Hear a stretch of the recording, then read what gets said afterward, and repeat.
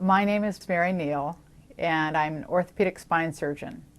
And in 1999, I went to Chile in South America with my husband.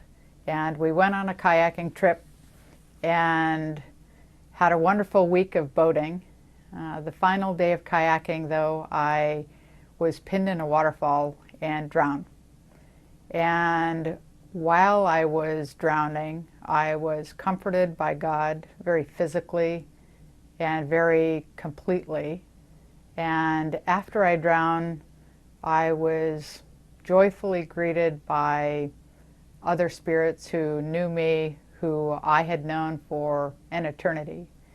And they took me to heaven.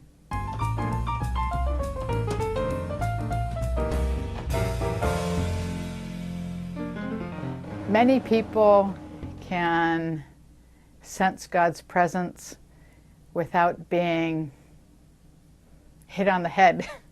But apparently, I'm more of a concrete person than that, because for me, even though I was raised in Sunday school, I was raised in a church, I think I had the typical experience of church being a Sunday thing.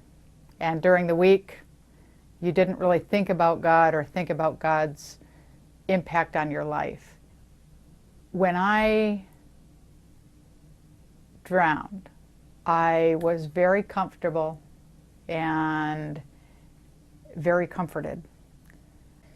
I knew that I was going to have a problem, and the boat was pinned, and the water then completely covered me. And I tried all of the usual things to free myself and free the boat, and none of them worked. I didn't ask to be saved. I didn't ask for anything in particular other than God's will be done. And at that moment, I was overcome with the most physical sensation of being comforted and held, almost like you would comfort and rock a small baby. And I thought about my husband, and I thought about my young children, and again and again and again, I was reassured that they would be fine, I would be fine, everything was fine. And then I felt the boat tip a little bit, and the current, which had ripped off my helmet and my life jacket, was slowly sucking my body out of the boat, over the cockpit of the boat. And as that was happening, I could feel my legs breaking, and I was wondering and thinking about which bones might be breaking and which ligaments were ripping.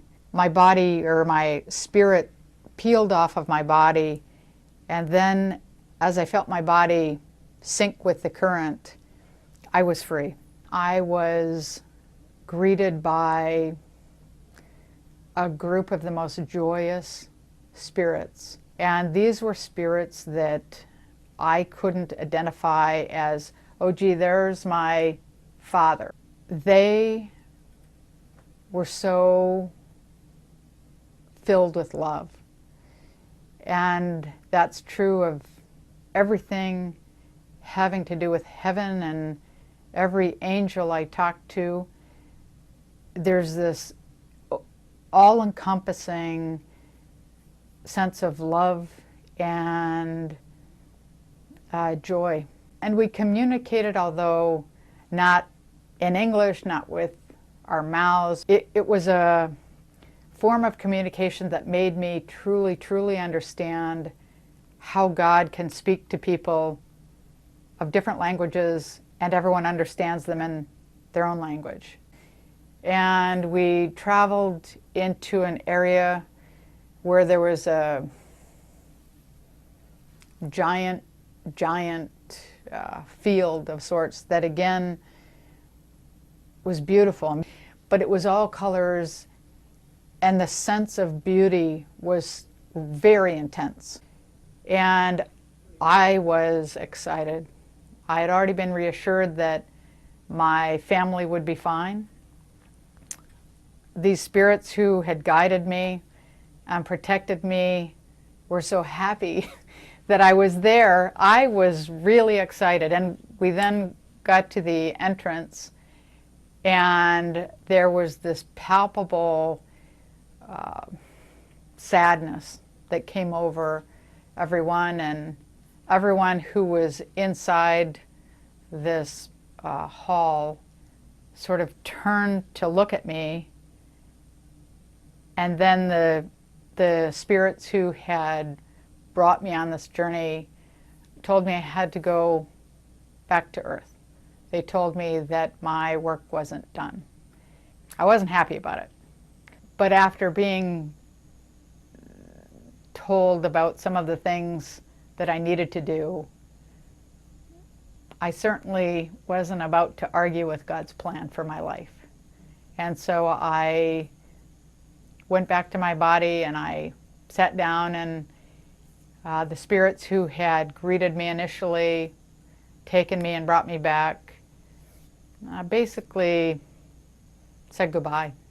And then I lied down and I was reunited with my body, and that began the next part of the journey. Once I was home, I was in the ICU, and I really had still half of me was still in God's world and half was in our physical world. I was in the ICU contemplating not so much my experience, but contemplating why I had to come back. Because again, I really had no desire to come back. But I was looking through the Gideon's Bible, being really frustrated at everything. And then over the course of a day, 3 verses became crystal clear. And one was, the very first one, was to pray without ceasing. And so I contemplated that, followed by be joyful always, followed by give thanks in all circumstances.